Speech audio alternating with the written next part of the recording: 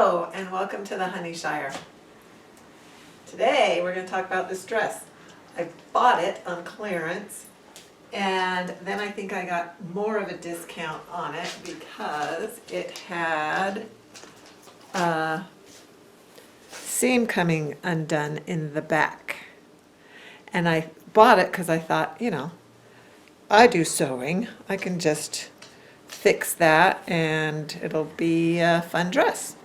But then when I tried it on, it was so tight, the bust area, that there wasn't any room for me to take in a seam right there. So then I've done some cutting on it already.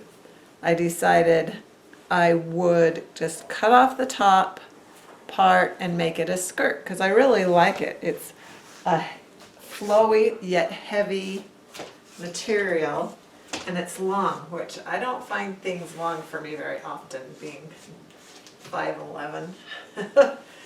And I like that.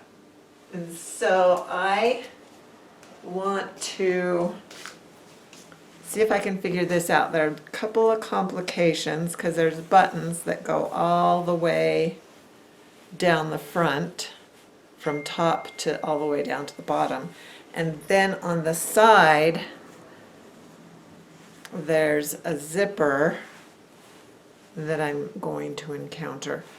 So we will now move over to the cutting table. I'm only going to have one try at this pretty much, so we'll see.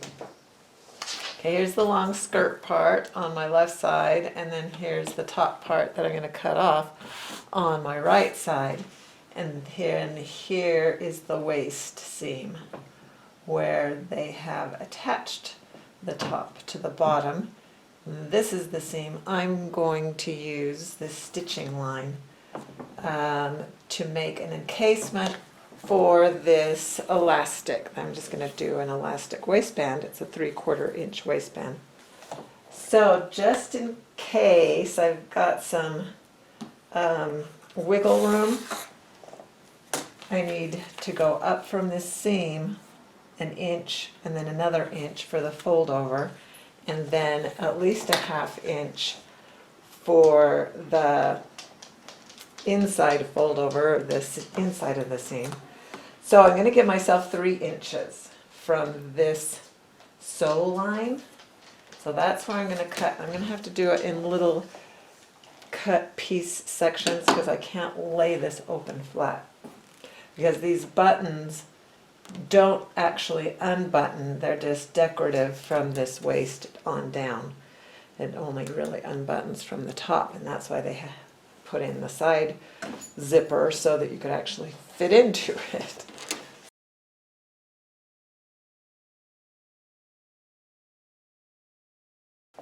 Okay, I've cut around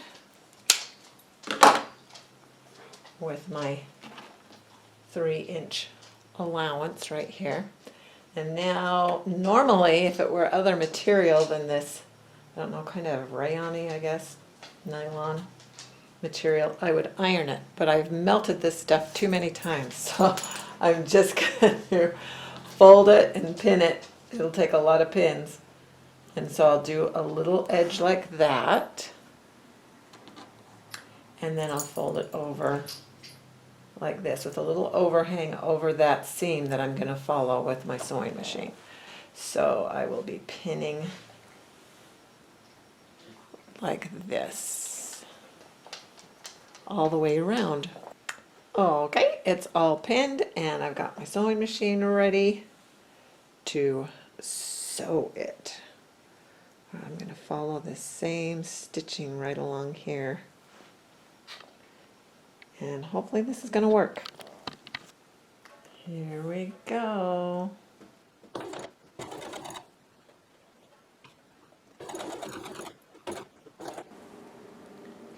Now it's time to pull the elastic through the casing that I sewed, and then I'll sew the elastic here on the end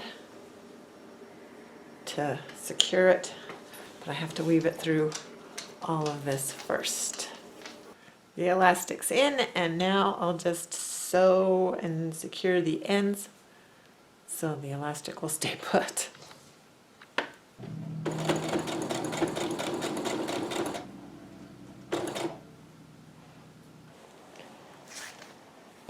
It's all done. That's back. Here's the front with the buttons. I think it looks good. I'm excited to try it on. I was out here this morning videoing the video for the intro video to the Honey Shire membership program.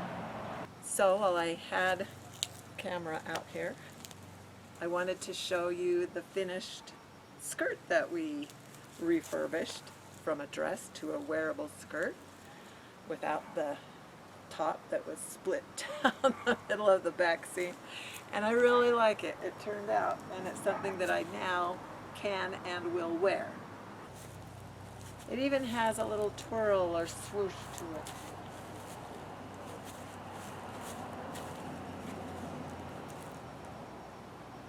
It's good to know how and be able to repurpose clothing and take something that maybe doesn't fit right or has a tear or whatever and repurpose it instead of just adding to the landfill or throwing it away. It's good to be self-reliant in that way.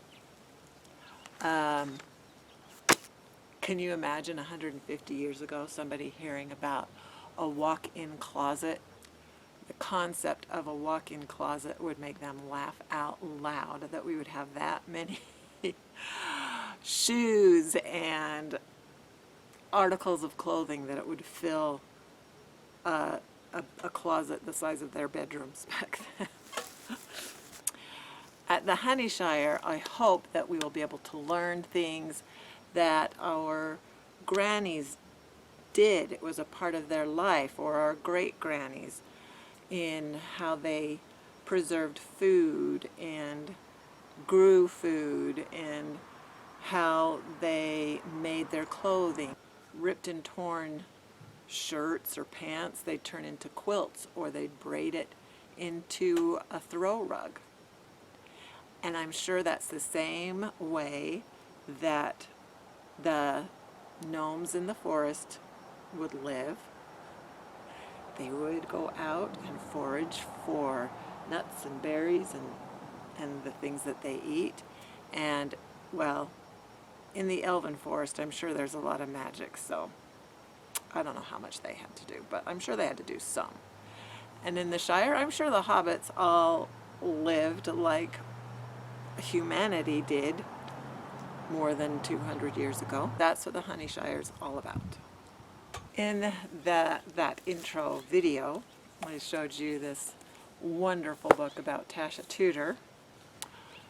Also, in the other video, I told you that she had passed away. She was 92, and she passed away in 2008, I believe. So she's living this lifestyle, not 100 years ago or 200 years ago. She's living it in, up till she died in 2008. And then here's my favorite book of hers, because it's about the things that she would do as a child growing up for the different holidays of the year. And it's wonderful, and she's illustrated it with her artwork. And I'm just showing you some of my favorite books that go with the Honey Shire. This is called Simpler Times, and it has Thomas Kincaid artwork in there of just the cozy, warm, heart and home type feeling. And then, just like repurposing this dress and making it into a skirt, and talking about making do with what you have. That's what they did definitely in colonial times. And here's one that someday I'm going to get into learning more about. Herbal Remedies. I've started growing some herbs and I haven't done anything with them yet. And I also would like to, I have done a little bit of this, but would like to do more. So I have this book on how to save seeds. I love Christmas. I love Jane Austen. And so here's a book I have about the traditions of the 1830s and that Regency era. And having afternoon tea. What a wonderful, peaceful thing that sounds like. And then, of course, I have to have the gnome book. That's just a fun one about gnomes.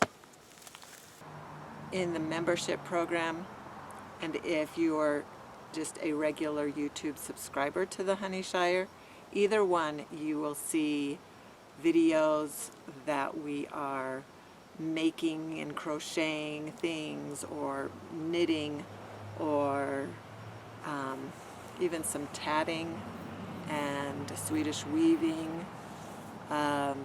Again, things that our grannies did. They didn't buy socks, they knitted their socks and their sweaters and their afghans. So if you have any desire to sponsor a membership and help build this village of people, this community of people that want to get back to their roots and values that are truly important. Values of home, family, God, freedom, country. If you're someone that wants to support those things, please consider joining and clicking that join button and be in the Honey Shire community.